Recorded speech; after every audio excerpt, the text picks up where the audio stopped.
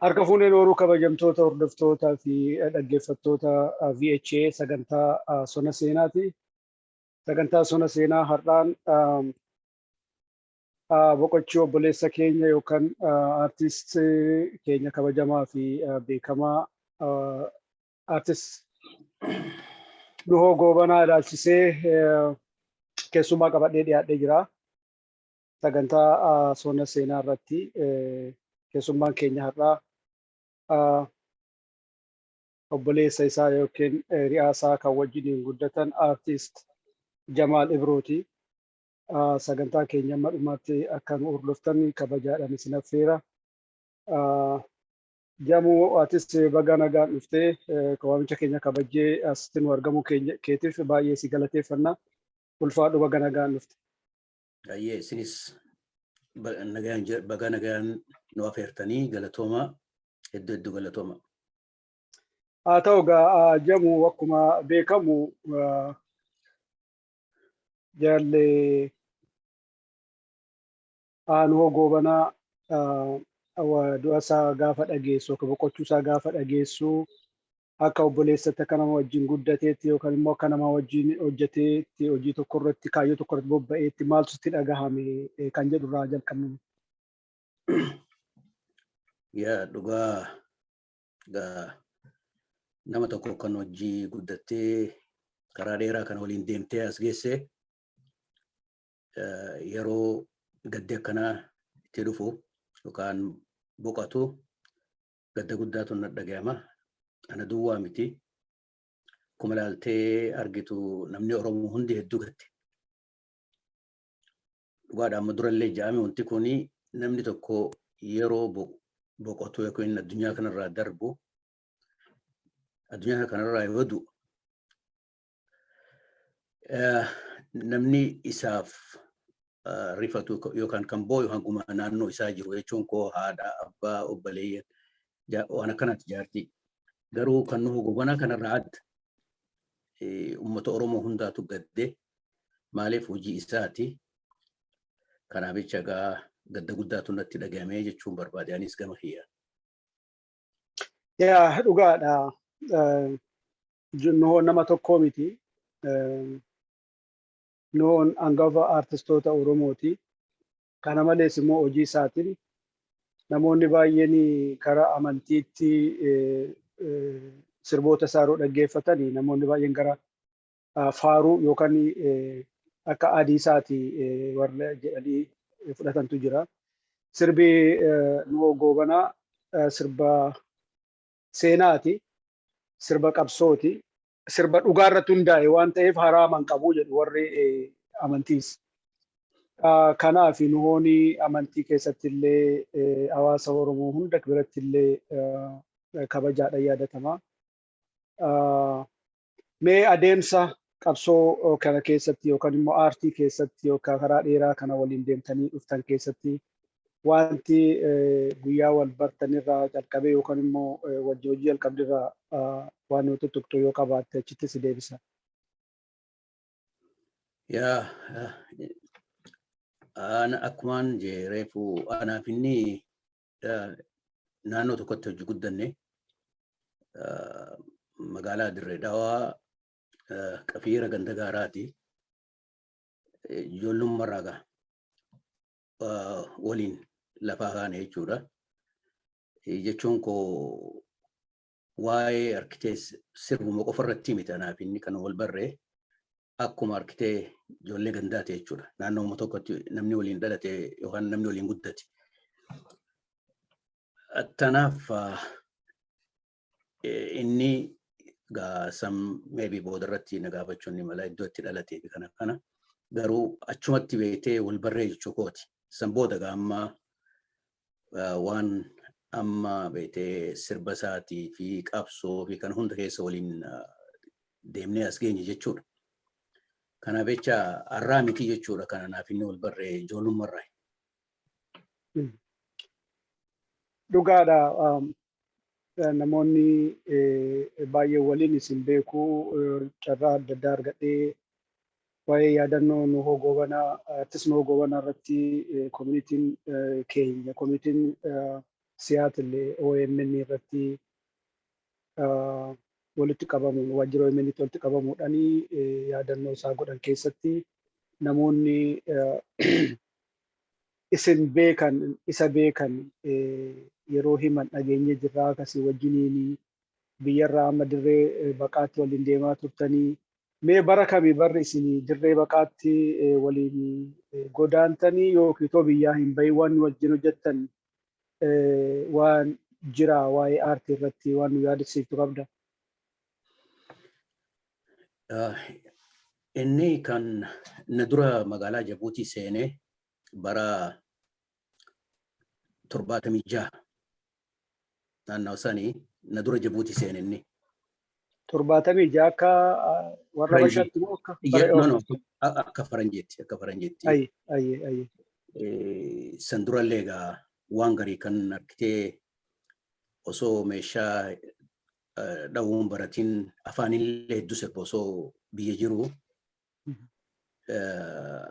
Osoo biyya jiruutu osoo hin deemne osoo hin baqatiin dura sirbaan irraa waraabillee ni jira biyyattiin lakkisee kaaseta guutuu afaaniin waa takka malee jechuudha. Sirbuutu. Kanaaf jecha hawwii muuziqaa jalqabumarraa huu qabaa jechuudha. Hedduu muuziqaa hindii kana dhageeffachaa ture akkasittis ni sirba. Dhawaatuma ijooni argitee hagaa booda hawwisoon afran qalloo faan eega diigamtee biiftuu ganamaa jedhanii jira ganda keenya san ganda gaaraa. Isaanilleen naannoo afran qalloo san ijaaramaniiti diigamanii ni bu'an jechuun sababa mootummaatti. Beekama. Sanii isaan boodarra lafaa ka'an jechuudha nu honfaan. Hawwisoo qabaachaa turanii. Garuu afaanumaa fi harmoonikaa dibbee duwwaadha waan biraan qabanii aruuza irratti yogguu argamanis sirbu. Haa ta'u yeroo san inni fedhii akkasii qabaa jechuudha. Kanaaf jecha osuma akkasitti jirruuti inni 76 karaa Jabuutitti baqate. Ani isa booda 77 Oktoobariin Jabuuti seene jechuudha. Achitti wal argine naaf inni. Jabuutitti jechuu kooti. Osoo nan hin dhaqeen dura 77 amma Juulaay 27 na fakkaata bilisummaa Jabuutii ture. Sanii bilisummaa Jabuutii sanirratti qooda fudhatan caayaan Oromoo. Isaan akka hawwisoo sanitti dhihaatanii ni jiran isaa waahillan isaa akkana Abdul Aziz hiriyaa keenya isa akkasumatti Haaruun Ejaanii amma ni boqotee Rabbiraa mataa godhuu fi hedduudha isaan warra achirratti argamee Abdallaa Oromoo kan jedhan hedduu namoota baay'ee dubartoota Oromoo sanii achirratti argamanii ni beektu oguu bilisummaa beetee mootummaan tokko argatu mootummaa biyya alaa hedduu afeera jechuudha. Akkasittis mootummaan adda addaa achirratti argaman san keessaa kan Itoophiyaa tokko ture. Gaafsan Koroneel Atnaafuu Abaatee ture. Isa ergan Itoophiyaa. Sanii egaa amma ta'aniiti daawwatanii namuu aadaa isaa agarsiisaa. Warri Jabuutiitis Soomaaleenis namuu aadaa isaa beetee agarsiisaati darba jechuudha istaadiyeema keessa. Gaamma Oromoonis qooda waan irraa fudhatanii jecha san keessa ture Oromoonis. Amma dhiichisaa oguu deemanii beetee aadaa keenya kan agarsiisan Atnaafuu Abaatee hedduu baarake dhugatti maaliif wanni isaan ja'anii fi waan achirratti ja'amu aadaa haa ta'u malee immoo wanni jechaa deeman beekamaadha waanuma qabsooti.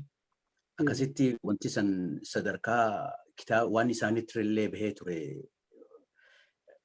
waan jira magaazina guddaa tokko achirratti aadaa hundaa kan isaaniitis hundaa kan Oromoo jechuukooti. San egaa jechuun qoodaa irraa fudhatanii akkasitti wanni san seenaan san galmeeffamtee jechuudha. Juulaay 27 Ani immoo sana booda san boodaan ani ji'a afuriinsaa Oktoobar keessaan an seene achitti wal argina naaf inni. Amma inni gitaaraas tuttumuu jalqabee ni taphataa ni wallisaa sirbinni sirbu irra guddaan waa'ee qabsooti. Isa malees ni jira isa dura kan sirbu Abdii Buutu jira. Abdii Buu duraanis biyyatti beekamaadha. Isa fa'aa hojii sirbaa turanii achumatti gaa arkitee wanti kuni caayaa keessatti illee caayaan tunillee nama guddattee caayaa iddoo sadiitti addaan jechuun waan ni ta'an jechuudha. Biraanchii qabaatti. Tokko manguddoo, tokko immoo kan dardaraa, kan shamarranii akkasitti, kan hawwanii ammaas iddoo afurii jechuudha. Hedduu yeroo gaarii ture. Zaman Usmaan egaa qabsaa'onni keenyaas kan dhufan jechuudha biyyarraa karaa jechuun dirree qabsoorraa ni dhufuu ni deemu ni dhufuu ni deemu. Kana hundaatu deemu ture yeroo sana. Kan amma bilisummaa Jabuutii kan lammadaati kan inni isaanii hojii qopheesse achitti waliin qopheessine. Sanirratti illee wallisaa Afandii Siyyooti illee argamee ture. Yaa akkas ture. Bareeda. Achirratti akka hawwisoon achirratti eegalte immoo kan isin keessa turtan kan waliin turtan jechuu kooti. Akkumaan jee 77tti jalqaban isaan na dura. Ammoo inni san booda ittuma fufee jechuudha. Amma fakkeenyaaf kana keessa bilisummaa Jabuutii kan lammadaa irrattis kan duraa irrattis Elemos ture. Elemos irratti argamee ture. Dhiifama. Amma doojaanii jira. Ammas innis ni sirbaa hedduu Elemoon olii dhiyaatu. Innis achirratti argamee ture. Amma maaltu teesseeta yeroo waa'een bilisummaa kun beektee egaa achirratti argamanii xumurame booda hawwisoo mataa isaanii ifumaaf dhaabbatanii jechuudha naannuma sanitti tokko noonis ni sirbaa, Elemos ni sirbaa, Ahmadoon ni sirbaa. Kanuma keessa maatii Jaabboon illee dhufe. Amma achitti wallisoota hedduu walitti qabame. Afandii Siyyoo jira. Naannawa sanitti waa'een hawwisoo hedduu waan ta'uu jalqabde jechuudha. Guddachuu jalqabde.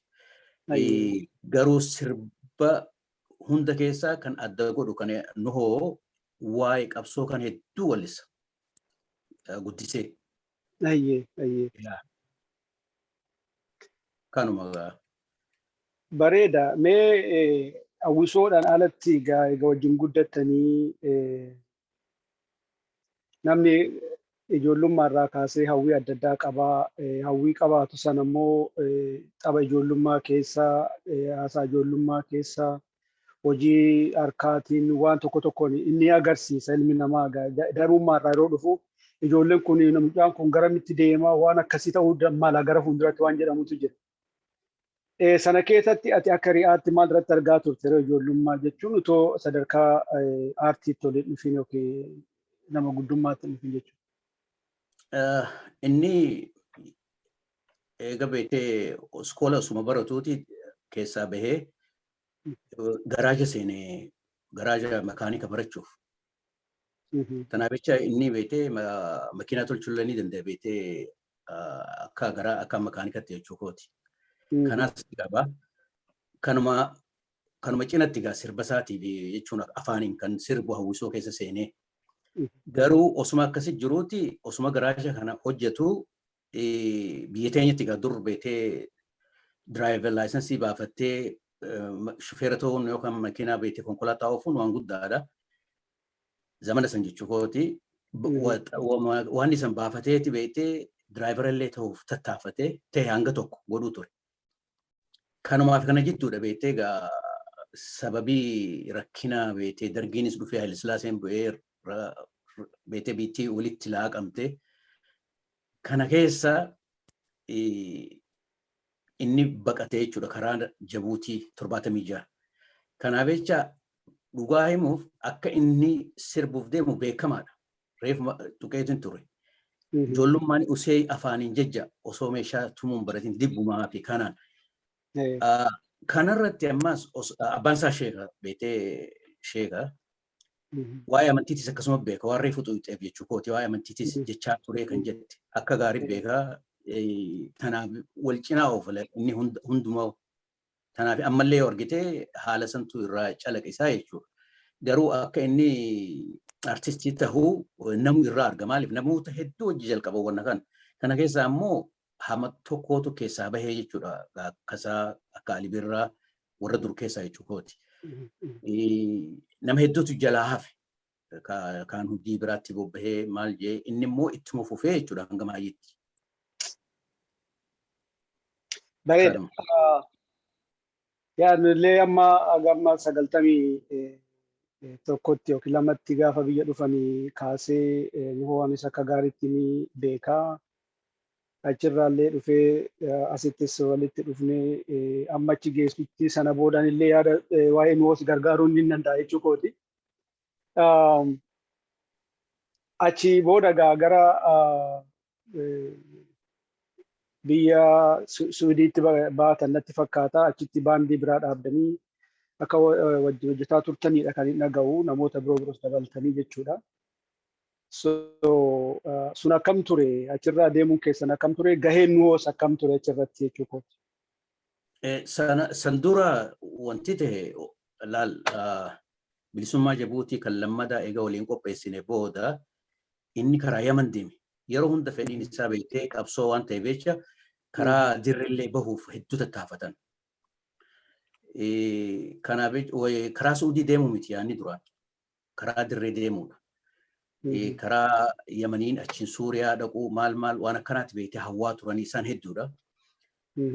Yaman deemee waa'illan isaa hojii akkuma reefu hojii Abdulazizii fi Haarunee jaaniin isaan hojii Haarunee fi Abdulaziz dura deemanii inni booda dhaqee jechuudha.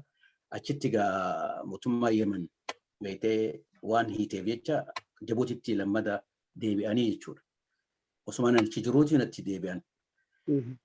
Eega duruu Yemen dhaqan jechuu kooti.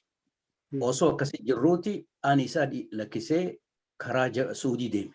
Kun amma bara 79 Jaanuwariidha. Na booda immoo haga ji'a 6 ture. Ji'a 7 fakkaata ture. Na booda dhufe jechuudha Suudii. Akkasitti Suudii waliin turre. Suudii inni Riyaad qubatee duraan Jiddaan ture. Akkasitti Riyaad bira dhaqe.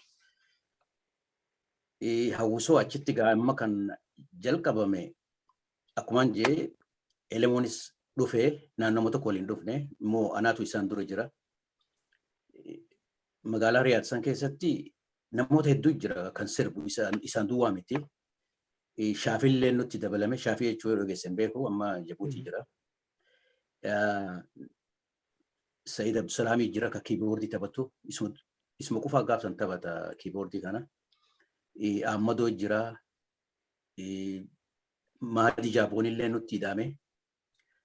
Abdii Boohee jira. Afandisii yoo Jidda ta'a. Garuu yeroo holidee jiru guyyaa iidaa jechuuti. Iida Soomanaatii fi iida Arafaa. Afandiin yeroo hunda nu bira dhufu Riyaad hawwisoo kana bira jechuuti. Yeroo tokko maal godhee gaafsan beektee viidiyootti waraabamnu waan guddaadha. Viidiyoo jechuun sirbitee beektee waan jechuun carraa guddaadha. Kanaaf jecha namoota beekurraa beektee ergifatee afandiin magaalaa Riyaad viidiyoo san fidee walistoota kana hunda walitti qabee duraanuu hawwisoon achi jirti. Kaasee waan viidiyoo guutuu waraabamee jira ammallee ni qaba garangalchine malee.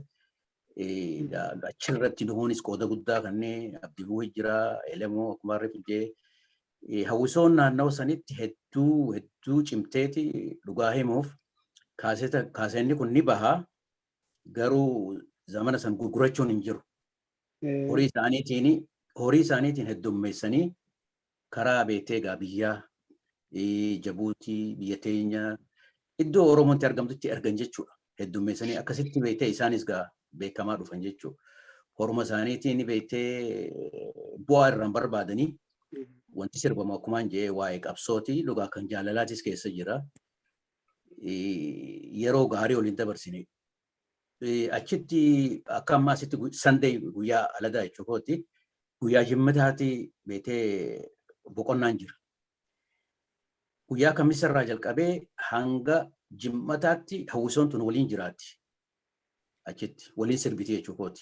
Yeroo hunda osoo addaan hin kenne darbee yoo ta'e malee yoo hojiin waan ni goote malee yeroo hunda wal arginee achitti waliin taphachaa turre. Kanuma keessa beektee amma nuhoon kaaseetta beektee akka silaa kaasee jechuun waan isaa eeggatetti baasee kaasee tokko kan ilma koo san duraas kaaseetta baasee jira garuu kan ilma koojuu san hedduu populaara ta'e mucaasaa kan duraatu dhalateef obsaa. Kan amma dheengadda dubbatee argitee waan irratti inni san dhalatee mucaasaa saniif sirbi. Jiraadhunaa ilma koo kan jiru tokko. Jiraadhunaa guddadhunaa ilma koo. Ani siiniin boonaa ilma koo. Waan akkana kana baasee hedduu kaasenni sanilleen xiqqoo gurguramee fi garuu akka barbaachisutti miti. Sanumaahuu biyyatti yogguu ergu harkuma waan horuma isaatii waraabee ergaa ture jechuudha. Achirraa egaa amma takkaatuun dhaabne jechuudha. Hawwisoo san keessatti hedduu walii waan jenne san boodaas gaa karaa Roomaa akkatti deemsiif nima. Kanuma kan Suudii. Bareeda. Anis gaafin kiyya sanumaa ture achi ammas immoo baqa itti fuftanii gara Awurooppaatti seetanii jechuun dhaga'e. So Awurooppaa keessatti wanni guddaan hojiin guddaan kan addunyaanis irratti qooda fudhatte yookaan argite amma Oromoo hubatte Oromoo baratte achirraa kan jedhamudha. Mee akkam ture ka Roomaa sun? Osoo Roomaan deemne dura fedhiin isaa durumaanuu biyya alaa bahudha. Akkuma reefu dura tuqee osuma Jibuutti jirutu reefu karaa Yaman deemeen jee ala bahuuf beeke. Amma immoo osuma Roomaan deemin dura osuma Suudii jirutu biyya alaa bahuuf deema. Biyya Faranjii kanaan deema jee karaa Ijiptii deeme. Markabaan warraa fi cufoo achi deemee hin mijoonneef ammas natti deebi'e Suuditti. Bahuuf ka'e inni duraan silaa yeroo sanitti. Maaliif achi taa'uun barbaanne. Waan kana ta'eef jecha eega Ijiptirraa deebi'e xiqqoo turee bara 1987 akka Awurooppaatti karaa Xaaliyaan deeme inni na dura. Xaaliyaan akka seenee isaa achi qubatee jiraatu nama hedduu deema zamana sanii maaliif achirraa Ameerikaa, Kaanadaa, Awustiraaliyaa deemta. UN nama fudhatti nama biyyi teenya maaliif yeroo sababa lolaatti keeziin keenya hedduu cimaa waan ta'eef jecha organizationaa jira kan si fudhatee si biyya ati barbaaddetti si ergu jechuudha. Innis carraa sana argatee if galmeessee taa'u ture isa akkasii jiruun ani itti dhaqe 88.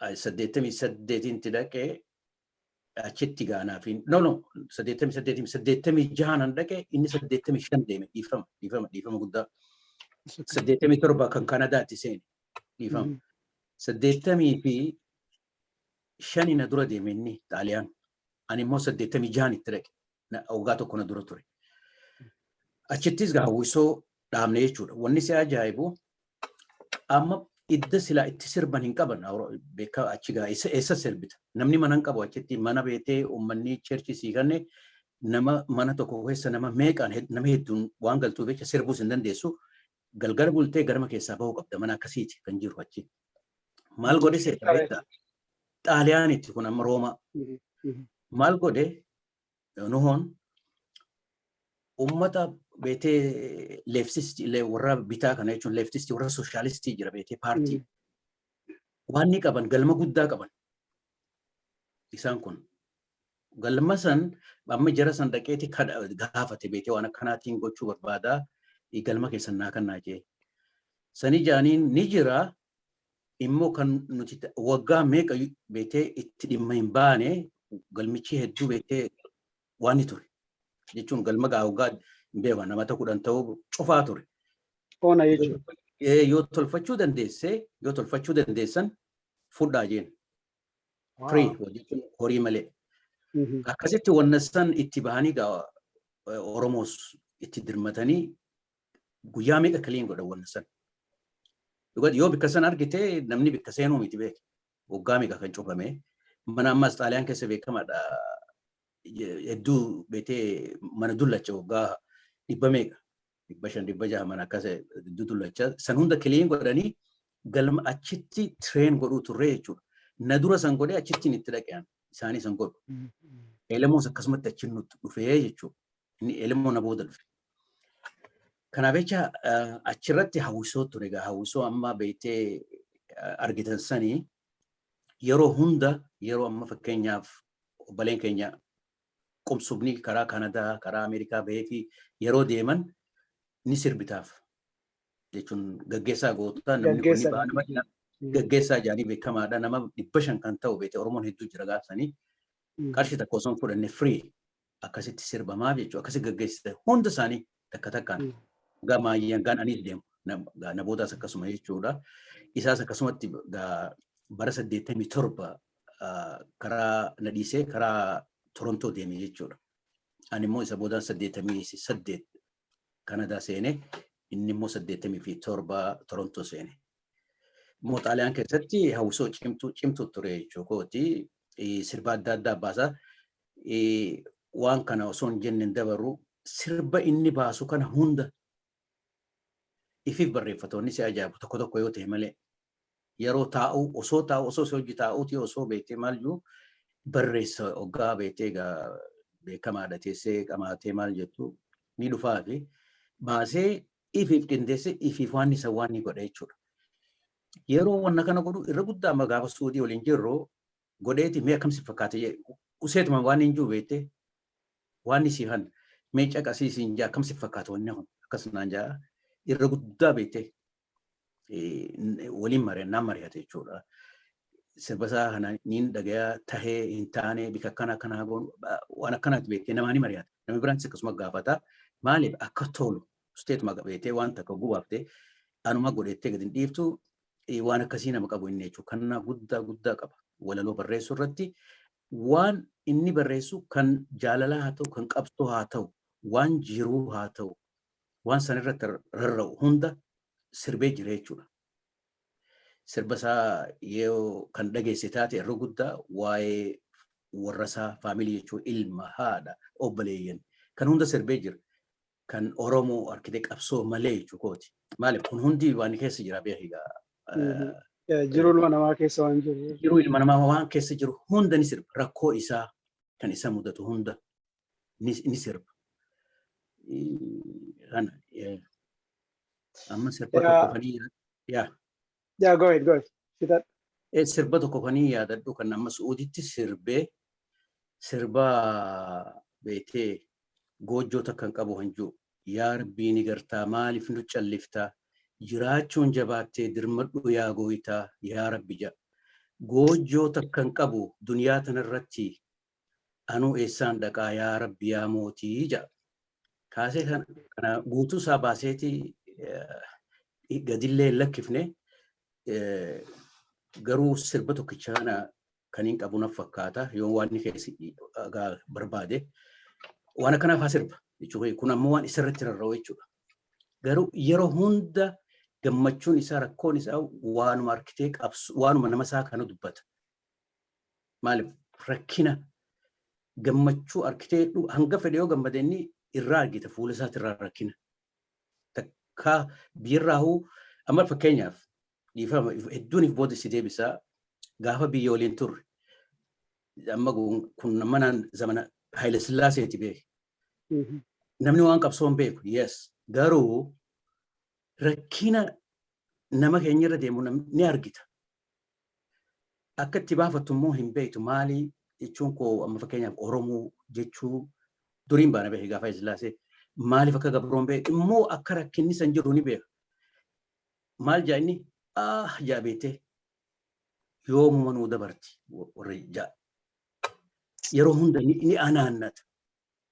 Garuu maal akka barbaadu hin beeku yeroo sanitti nuti hunda hin beeknu waan barbaadu. Garuu rakkina nurra jiru ni beekna. Baafachuu hin beeknu. Galanni hayyoota keenyaaf haa gayu akkasitti beektee addi bilisummaa Oromoo waan kana qaceellootti beektee ati Oromoo kana akkana gabroomtee jee kaayoo hojii fidee golafa kaayee akkuma argite sanii gaa inni nu hangam takka qoodarraa fudhate sadarkaa waan ni dhaqee tanaaf jecha nama inni beekte yeroo durumarraa isa keessa waan jiru jechuudha. Yaa beekamaadha. Waa'ee inni anaannachuun nuhoo waa'ee Oromummaatiif. Mee gara Torontoo keessaa hin bayinii 92 Torontoo irraa nu bira dhufanii Finfinneetti. Bara sana nama 4 dhufee nama tokko yaadadhu maqaa ammaa walli isaas natti hin fakkaanne waltajjii irratti hin argine nama sanaa garuu nama Abbaa afurtaanii dhufuu urjii isaa inni yaada ta'uu ni mala yaa. abbaa urjii jaanii Rashiidi maqaan isaa. Odoo achi dhufinii gartuu wayiitu ture natti fakkaata baandiin wayii Torontoo keessa kan Nuhoon faan Qamar faan itti hirmaataa turan. Sana keessa atis jiraachuu ni maltaa mee achirratti maaltu ture akkam ture Kanadaa suni ga'een Nuhoo maal ture achi keessa otoo gara biyyaan deemin jechuudha. Akkaataa deemsa gara biyyaatti illee imala gara biyyaallee akkam ture kan yaadattu jira. Aadaaf inni kan addaan baane eega Kanadaa seenne ani karaa waan bahaa kanaan qubadhe West jechuukooti. Karaa Victoria dhiifama. Karaa dhiyaatti naannoo isin dhiyaatu kana Seattle achi qubadhe inni immoo Torontoo qubate karaa bahaati. Amma yeroo hamma kana keessatti bilbilumaa fi kanaani malee anaaf inni beektee waliin waa takka hin hojjenne. Garuu wal quba qabna 92 san kan qopheessee isaan fuudhee deemee Rashiid yookaanis abbaa urjii jaaniin kan deeggaddaa miidiyaa adda addaa irratti illee waa'ee isaa dubbatu. Isaatu isaan fidee dhufe jechuudha karaa Finfinnee. Akkuma argitee durumaan naannoo Xaaliyaanitti, Suudiitti, Jabuutitti beektee hawwisoo nuti jennu kun hawwisoo horiif osoo hin taane hawwisoo saba siitiif beektee if kennite waan taateef jecha wanti isaan hojjetan hundi wal fakkaatti horii maleedha kan hojjetan. Garuu boodarra dhugaadha akkuma hubatamu namuu mata matatti deemee cidhaaf sirbee horii argachuun ni jira. Sarrakoo miti. Garuu akka sabaatti yeroo barbaadaman immoo horii takka malee beektee sirbanii jechuudha. Yoo amma fakkeenyaaf dhaabni waan takka qabaate, caayaa waan takka qabaate irratti argamanii ni sirban. San keessa jiran hoonis. Ani immoo isa wajjin turre yeroo kana. Garuu akka boodarratti wal arguuf jiraanna san boodaan dubbadha. Yaa akkasitti egaa amma bakkinaan itti Nuhoo yeroo duraatiif arge ibin sagalee isaatti dhaga'e ani illee Finfinneetti.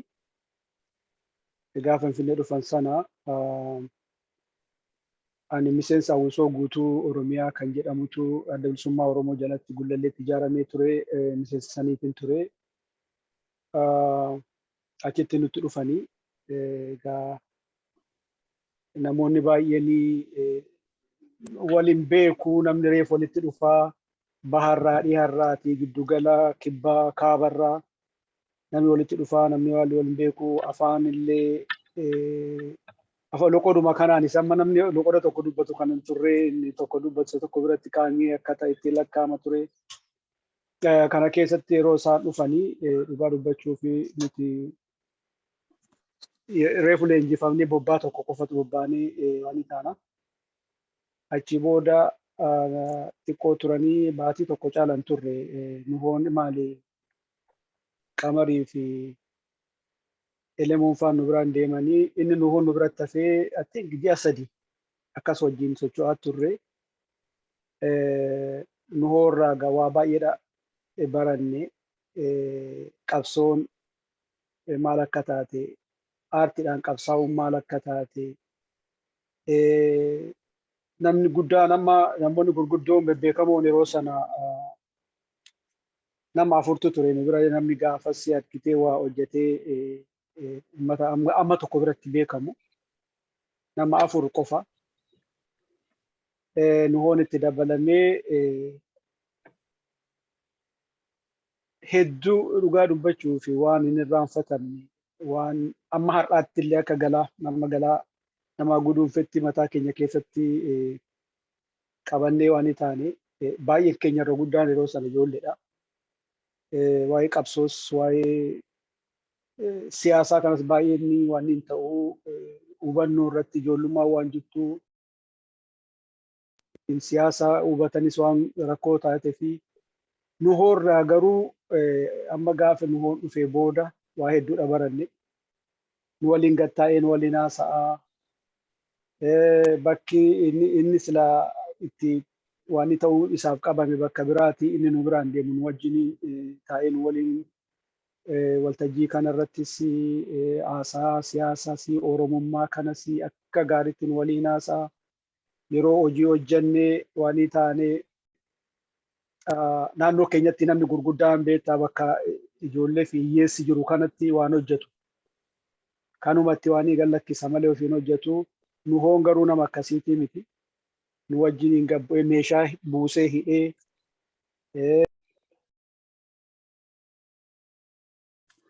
sagaleen kee hin jiru. Dhiifama. Waan ta'a kana nu barsiisee jajjabina hojii nu barsiisee hubannoo oromummaa nu barsiisee kana keessaa kan inni yaadadhu guyyaa tokko faranjootatu waanii wayii qaba jaarolii keenyaa wajjinii wajjira Gullalleetti achirratti agarsiisa aadaa godhaa jedhanii nu affeeranii alatti ture waansa. Amma nu hootu sirba shaggooyyee sirbaa nu hoo anuma tokko keessaa warra shubbisu keessaa tokkon ture.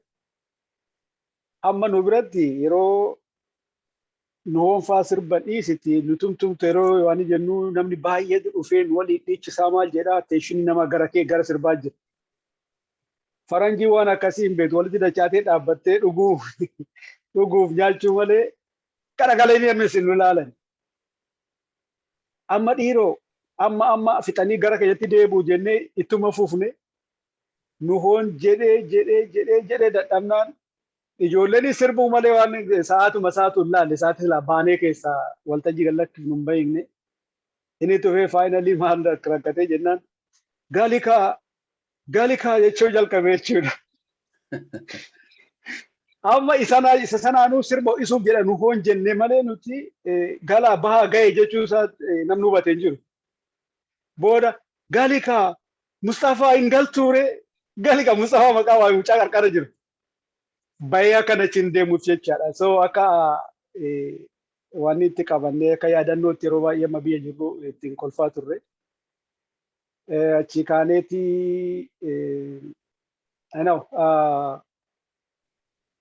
Jimma waliin deemne irraa Wallagga bakka baay'ee magaalaa baay'ee deemne tumaa Makkoobilii irratti dura Dambidoollo irraa eeggallee bobbaan suni ji'a tokko ture. So gaafuma sii kaanu Jimma bullee Jimma irraa galleeti bariituusaa Wallaggatti qajeellee namichi toobisi sadii ture. Uummanni sin turanii. Tokko keessa namichi shofeertiin dhukkubsate dirqiitti kan ganama baane Amboo buluun dirqama nu ta'ee Amboo bullee ganama maal go'a namichi hin fayyine akka wayyaa jedhe ganamuu nuti hunduugaa deemnee wal duukaa deemuu waan jirru nurra malee fi wal gannee deemuu hin turre. Amma deema ana toofa baasaa jedhe nu hoon jechuudha. Nu hoon baasa sana fuudhee amma laqqamteetti isa toofee nu galchee Amboorraa amma laqqamtee deemee jechuudha. Sana booda waan ta'e hin beeku nuti wal arcaafnee deemne dursinee darbine nu warra Abusooti. So achitti Dambidoollotti nu qaqqabanii jechuudha. Amma laqqamteetti shofeera baasa atoobisii ture jechuudha. Nu hoon gaaf sanaa achi Dambidoollotti wal deemnee walitti dhufnee Dambidoolloo torban tokko turree sana booda gaa bobbaa baay'eetu ture. Booda sadhumaa eessa dhaqna Kobor bakka jedhamu deemu. Kobor kun sa'aatii 6 fagaatti Kaartum irraa jedhan magaalaa Sudaanii guddoo. Bakka kaampii waraana jira achitti galgala akkuma gallee achi agarsiisaa bullee isaan bira bullee ganama beegii Koborii olitti immoo beegii kan jedhamtu jira. Magaalaa beegii isaan sagantaan qabamee jira achi deemna. Magaalaa Kobor kana waraana biraa dhufnee magaalaa Kobor kanatti ciree nyaachuudhaaf dhaabbannee makiinonni ittiin deemnu mooraa galanii mooraa bakka makiinaan dhaabbatu jira. Achi warra akkuma wal duraa booda baheen kute namuu nu hoodhaa rabbi saaraaramuu Mahamad Ebroo jedhanii Mahamad Sheekaatii Yoosef Gammachuutii I think Tottobaa Taaddasaas kan gitaara taphatu waliin ture. natti fakkaata yaada. Uummanni faayinaalii akka nuti magaalaa sanatti hin agarsiifne darbinee deemuuf akka turre dammaqanii hin deemtanii jedhan. Kadhatamanii dadhabanii uummanni lakki damkina irra guddaa namni deemeera deemuu qabnaa yoo ta'uu baate irratti haasofnee deebinee asitti dhufnee isin deebinee isinitti agarsiifnaa jedhanii kadhatanii dadhabanii egaa the main point nu hooni magaalaa irratti jechuun giddugala biyyaa dhiisiti kobor keessatti illee ni beekamuu isaati waan keenya dhaga'ii jedhanii nu hoodhan. Odoo waa'ee sirba keetiitiin dhaamsa ergiteen lafee fi dhiigni ilmaan Oromoo meeqatu jiga akka jedhe beekteeti yookaan goodaa kana keessa deemtee lafti rufamee tanaan soraare keessa deemtee lafee ilmaan Oromoo asitti sababa sirba keetiitiin dammaqanii too diina ofii dura dhaabbatanuu dhuman otoo argite asitti too nu dhiiftee nu bira darbitee bakka biraa nattu jedhaniin jechuudha. Booda amma kana naannoo sanatti illee baay'isee kan beekamu nu hoon baadiyyaa lafa amma sana fagaattu keessatti jechuudha. Baay'ee jaalatamaa baay'ee beekamaa. Booda maaltu dhalatee amma lakki ba'u deemuu qabanii jedhanii uummata kan humnaan waan gochuun waraana ajajamee humnaan bahuudha jennaan alaabaa waraanni uummata facaasee akka nuti baanu godhanii. Akkasii alaabaa kana fuudheetuma karaa walakkaa dhaabanii karra makiinaan bahurra deeman bira. Eenyu alaabaa kana jigsee makiinarra ofee baare. Akkasitti makiinarraa buunee dhufanii nuu waliin nu qabanii bakka tokko nu kaanii nyaataa dhugaatii korbeessa fidanii aannan fidanii amma warri sun dhufanii deebi'anii warri sun dhufan malee gadi isin lakkifnu. Amma itti waan barbaadan godha kunoo jedhanii yoomittooma isaatti qophaa'anii beekuu jaalala amma kanaatu uummata baadiyyaa saniidha magaalaa baadiyyaa sanarra illee qaba jechuu barbaadetanii sana booda egaa waa hedduutu jira waa hedduu keessa amma deebi'ee galutti amman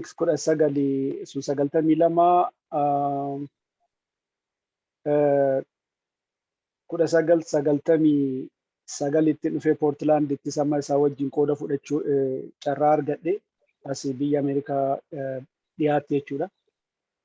So anis kanan irraa yaadadhaa mee walumaa galatti wanti nu hoon hojjete wanti inni Oromummaadha kana waan ammarraa sofne kana haasaadhaan waan dhumatuu miti garuu hojiin isaa maal akka ta'e ummanni Oromoo nu hoo akkamitti akka quba qabu akkamitti akka beeku akkamitti akka jaalatu kabaju dhaloonni nu boodaallee dheengadda waan argineedha. Guddaa xiqqaan sheekaa qeessiin utoo nafin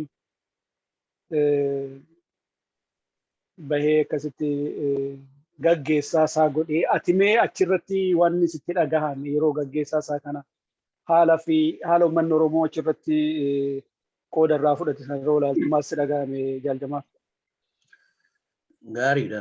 Maal seeta osoo san hin geenye dura waan san kan fidee jira waan amma ati na gaafatte kana. Ummanni akkasitti isaaf gaddee isaaf booyee namni dillee san bahee sadarkaa Oromiyaa fi biyya alaatti illee gaddasaa dhageessifatee haga ammaatti illee akkuma argitu kan. Kun maalirraa ka'e? Namni tokko yeroo inni addunyaarra jiru reefus dubbadheetin ture waan inni mataa isaatiif yookaan immoo saba isaatiif nama isaatiif namuma naannoo isaatiif illee haa ta'u naannoo jechuun kiyyaa uummata biyya tokko bakka tokko hojii jiru jechuudha. Amma fakkeenyaaf Viktooriyaan jiraadha nama Viktooriyaa jiru jechuudha.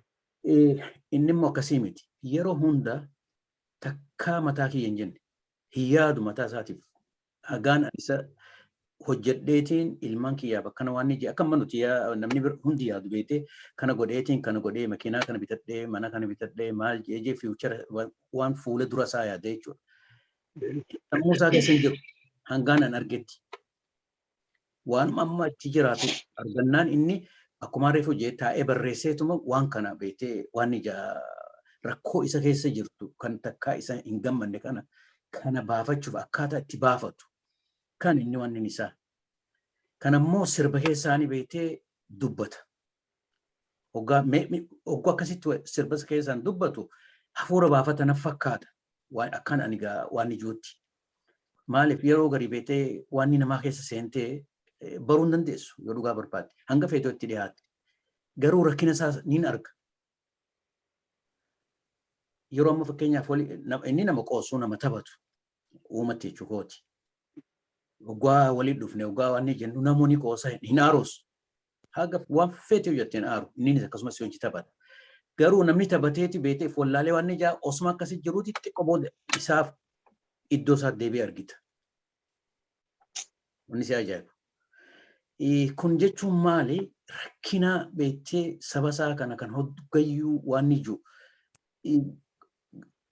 sirba keessaan baafachuu ammoo akka inni barbaadu san ta'uu dhabuu kun isa waan inni godhe jechuun hanga maayyeetti hanga beekti dhukkubsatee gaasiree irra ciisutti.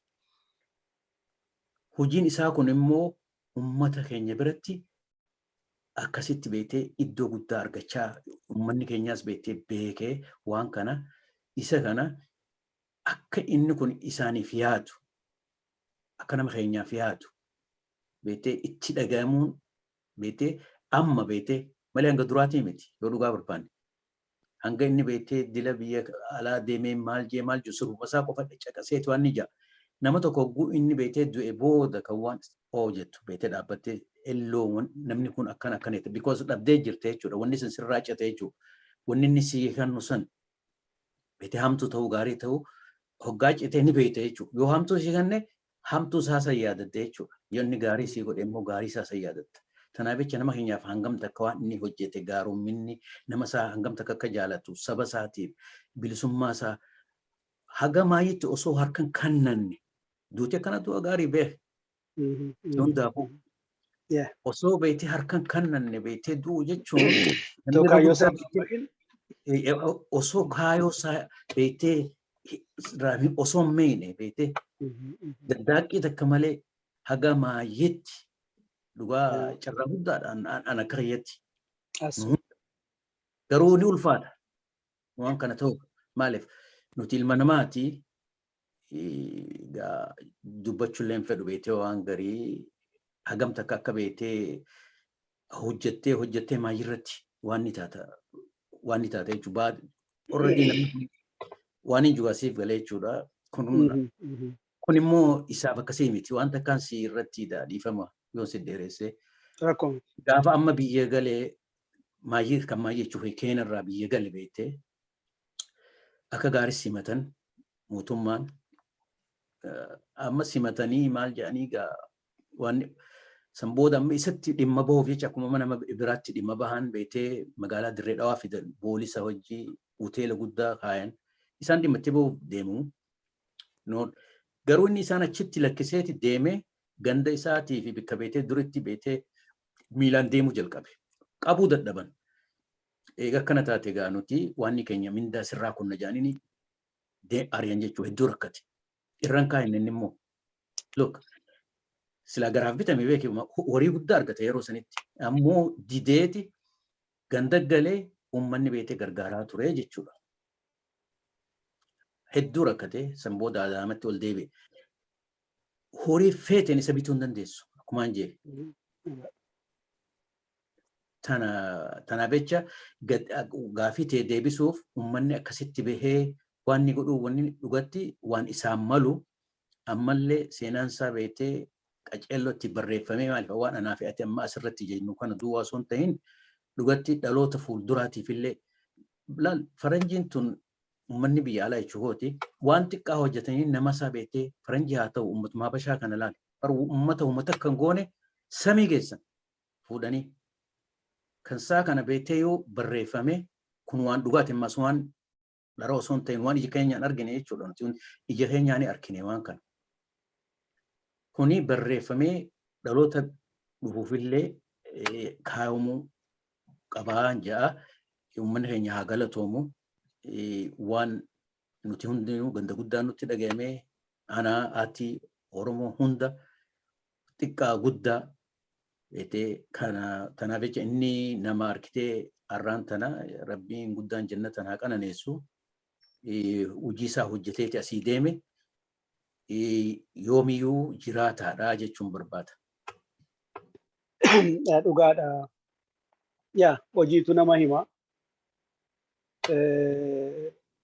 Hojii isaatitu kabajaa itti godhee rakkatu kaayyoo isaa irratti hundaa'ee namni kaayyoo irratti cichee baay'eetu jira, baay'ee rakkateera. Nuhooni dabala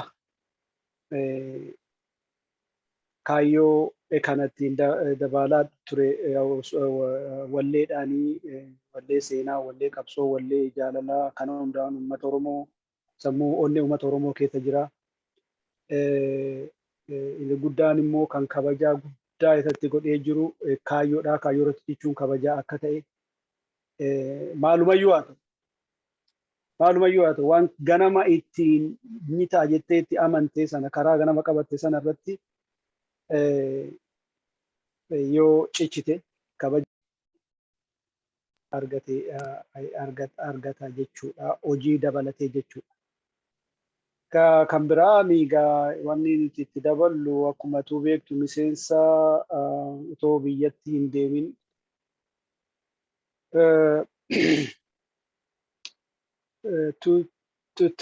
2006 natti fakkaata abusooni Oromoo kan kaaba Ameerikaa kan itti ijaaramte Minisootaatti yeroo dhumaa achittan isa argee jechuudha. Sana booda gara Afrikaatti godaanee abusoon sun gaafa ijaaramtu I think qaama koree keessattiyyuu filamee nama miseensa ture jechuu kooti waliigalatti. Dhumarratti garuu waggaa tokko moo lama booda walgahii artistoota Oromoo kaaba Ameerikaa kanarratti kan maqaan isaa ka'aa ture. Gargaarsi wayiillee akka godhamuufidhaaf tattaafatamaa ture godhamee firas hanga tokko garuu warri afaan tokkoon sagalee tokkoon murteessinee haa deebi'u. Fayyaa isaatiifis waa hundaafuu as isaa wayya. Waan isa rakkise waan inni rakkatee biyya deeme isaaf rabbii isaatu beeka. Anammaa warrumaa dubbachuun waan hin ta'u. Garuu akka deebi'ee asitti tajaajila argatu as deebi'ee waan dandeenyu hundaan akka bira dhaabbannu waadaa gallee turre. Egaa sana booda bara itti aanu immoo jeequmsa adda addaa asitti akka beektu sana 2018 ka'ee sana booda waan dubbiin isaa irra ga'ee as deebi'uun suni hafee biyyatti hafee jechuudha. Nuhooni egaa haala jirurraan quba dhabuu fi gaafa biyya deeme illee anis 2018 biyya deeme namuma ani beeku argu yookaan nama isaa bakka inni jiru beeku illee argachuu hin dandeenye. Akkasittiin biraalee baay'ee natti dhagahama. Waan biraa gochuu fi egaa hin dandeenyu. Too carraa argadhee gaafa silaalee hedduun gammadaa ture. Kuni akka seenaa keessatti hafte. Kanaaf mee walumaa galatti dhaamsa Tongolabiin dura dhaamsa uummata Oromootiif fi maatii isaatiif artistoota Oromoo warra isa fakkaatu fi immoo argitee dhaloota nu boodatiif illee dhaamsi dhaamtu yoo jiraate akka nama aartii tokkotti akka nama kaayyootti akka ilma Oromoo tokkotti uummata keenya maal dhaamtaa kanaan goolamna. Dhaamsa dura beekte inni osoo biyyatti hin galin dura naannoo Awurooppaa ture. Achi dhaqee achitti beekte mucaa tokkollee godhatee jira. Mucaan guddaadha. Achirraa lammata as deebi'e karaa Kanadaa yeroo deebi'u Torontoo qubateetuma direct na bira dhufe asillee qubachiisuuf hedduun tattaafadhe. Garuu carraa san beektee egaa inni na dide ni deeme jechuudha. Deemee naannoo Torontootti deebi'ee achirraan wanni si ajaa'ibu Yamanis deemee jira. Lammata ammas eeguma beektee Kanadaa dhufe kana achitti immoo gaaga'ama hamaa isa qunname. Lammata ammas hidhaa guddaa seenee hidhatti darban. Akka waan embaasiin Itoophiyaa beektee qabsiiftee tokko fakkaata. iddoo hamatti na hidhan jee iddoo beekee uummata waan hamtu godhe teroristii jaanii beekee achitti hidhan. Hidhaa san keessa yeroo hedduu ture akkasitti achirraa booda dipoorti godhanii kana deddeebi'ee jechuudha.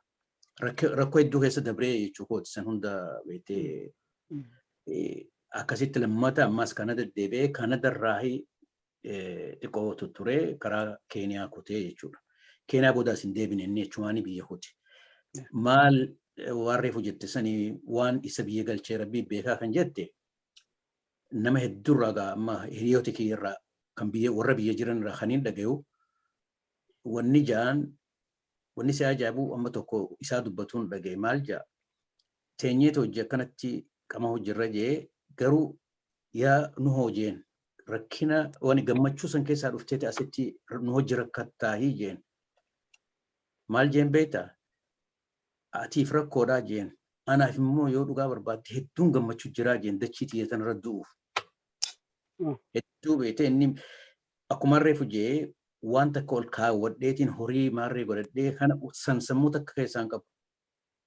Isaaf achi dhaqee biyya isaa san keessatti akkas ta'uun isa gammachiisa. Garuu waan inni barbaadu sanillee achi haa jiraatu dhugaadha dachii isaa gubbaa malee garuu akkan guutamneef ni argita. Hojii isaatirraa kan fayyaa hin qabne ni argita.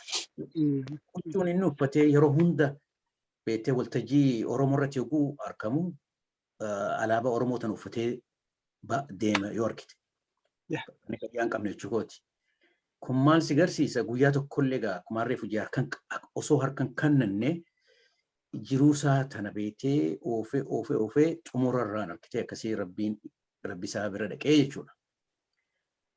Amma wanni inni jiru dhugaadha gaafii bareedduudha tan na gaafatte inni deeme ilmaan isaa jira ilmaan isaa san beektee gada jechuun qabnu hanga deemutti yoo ilmaan isaa san Oromoon quba qabaate gaariidha warri isaatillee waanuma kana dhaammate maaliif xixiqqoodha ijoolleen gurguddoonni jirti garuu ijoolleen amma boodarraa beektee biyya jirtu san xixiqqoo waan ta'aniif jecha yoo isaan san harkitee quba qabaataman waan bareedaadha.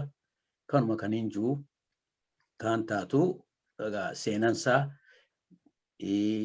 nama Oromoo tokkoon yoo qaceellootti barreeffamee dhaloota dhufuuf yoo qophaa'e gaariidhaan jaa kanuma gabaabsee kaniin jiru galatooma.